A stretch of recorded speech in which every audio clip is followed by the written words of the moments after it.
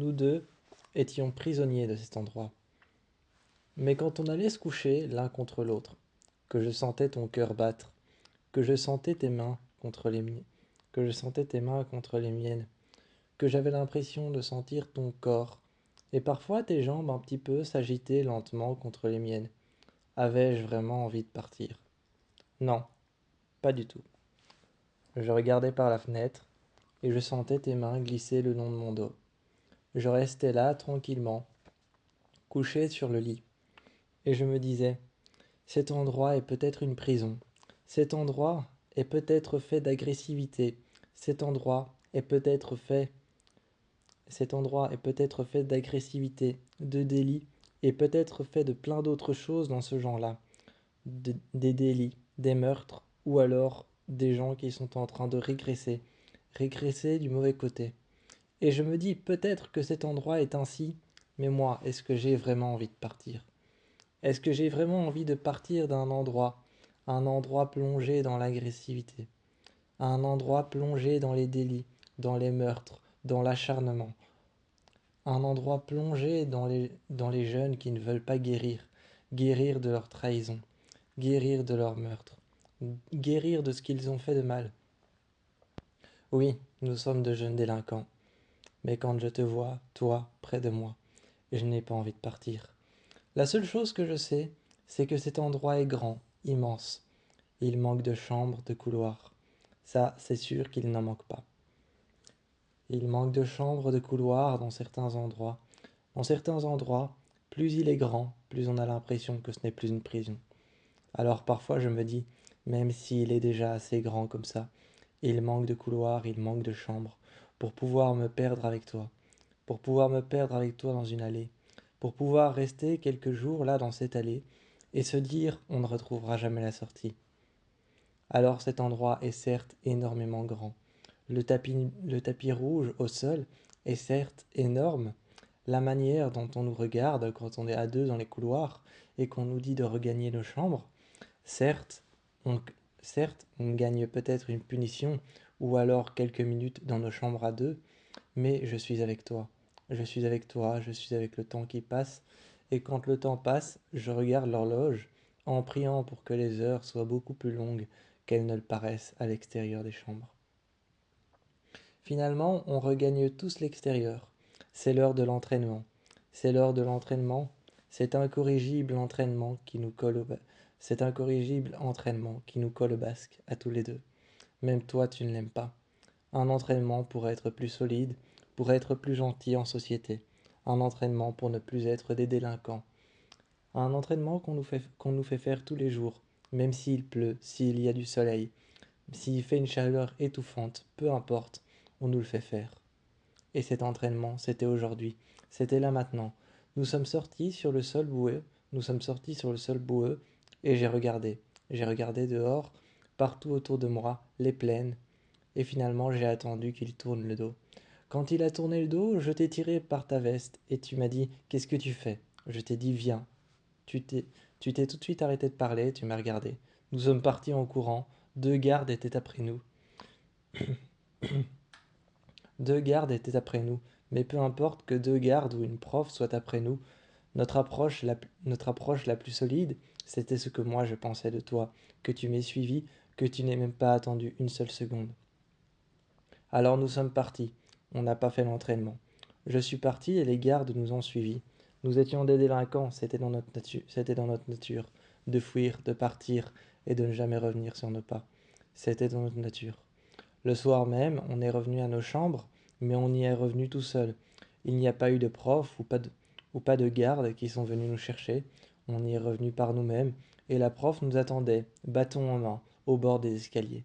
Je l'ai regardé, j'ai levé les yeux au ciel, ou plutôt au plafond, et j'ai regardé la prof de haut en bas avec son bâton. Je t'ai pris par le poignet, et je t'ai dit, viens, on y va, longeant le mur. Elle a rangé son bâton, je l'ai regardé, sourire en coin, une fois qu'on était dans le couloir, j'ai regardé toutes les portes. Le temps semblait s'arrêter. Et alors nous sommes allés dans ma chambre. Nous sommes allés dans notre chambre. Quand le temps semblait s'arrêter, je me suis assis. Et j'ai dit, quelle journée? Tu m'as regardé, Tu t'es mis au sol et tu m'as dit, comment ça, quelle journée? On a quitté entraînement qu'on devait faire. Je suis resté sur le lit et j'ai dit, commence pas à me dire que toi aussi tu penses qu'il faut faire cet entraînement débile. Tu m'as regardé, tu t'es levé, tu as dit, non, non, c'est pas ça. Mais pourquoi tu m'as pris comme ça? Parce que j'avais pas envie. Quand je, quand je t'ai, quand je t'ai, quand je t'ai répondu, parce que j'avais pas envie de faire cet entraînement. C'est pour ça que je t'ai pris comme ça. Tu m'avais regardé, je m'en souviens très bien, le regard que tu m'as jeté.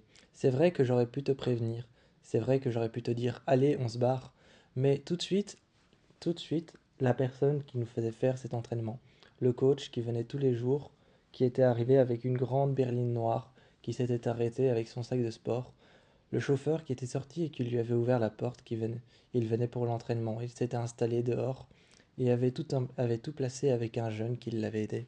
Ça m'étonnait, ça m'étonnait qu'il y avait encore des délinquants qui pouvaient aider dans cette école.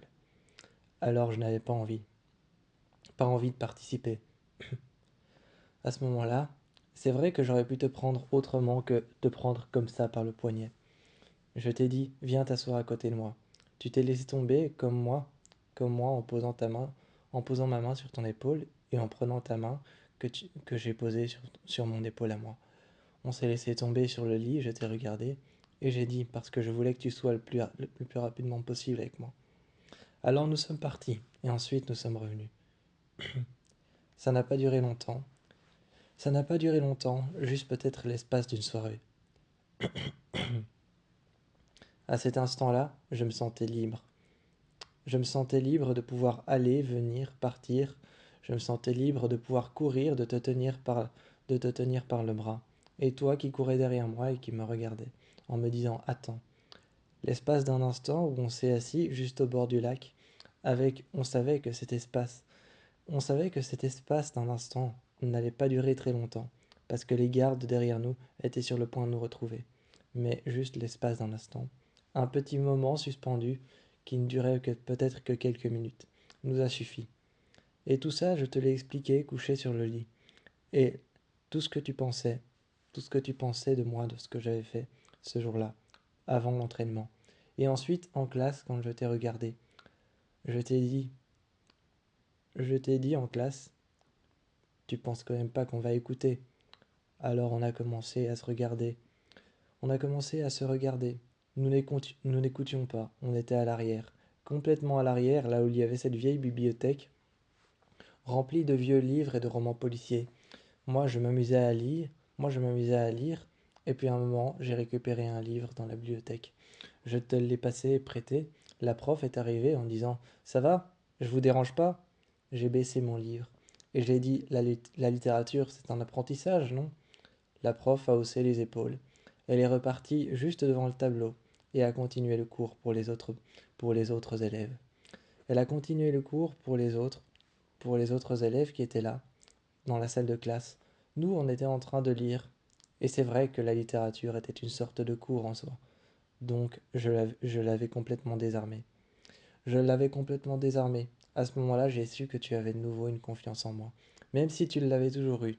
Mais tu m'as regardé avec un sourire en coin. J'avais désarmé la prof et nous pouvions lire de notre côté, apprendre comme on le voulait. Quand je lui ai dit ça, à partir de ce moment-là, elle nous a dit, elle a vérifié, elle a vérifié ce qu'on lisait et elle nous a dit, ok, vous pouvez lire. Évidemment, ce n'était que des romans policiers, des romans noirs, des anciens romans des années 60-70. C'était écrit en vieux français encore, c'était difficile à lire. Elle nous a regardés et à ce moment-là, elle nous avait donné carte blanche pour apprendre tel qu'on le voulait. Quand on est rentré dans les chambres, j'ai poussé la porte, je t'ai laissé rentrer. Tu avais pris le livre avec toi, j'ai souri et je t'ai regardé. Tu m'as demandé quoi? Tu as déposé le livre sur la table. Clairement, tu avais volé le livre. Et moi, je t'ai regardé. J'ai senti que le petit rebelle qui était en toi était remonté à la surface. Ce soir-là, on s'est endormi et tu es venu près de moi. Je t'ai demandé des explications sur pourquoi tu as volé le livre. Tu as simplement haussé les épaules, comme si même toi tu ne voulais pas me les donner, comme j'avais fait avec toi, quand je t'ai entraîné vers le lac, que je t'ai tenu par le poignet. Je n'ai pas voulu te donner d'explications. Tu as fait pareil. tu as fait idem.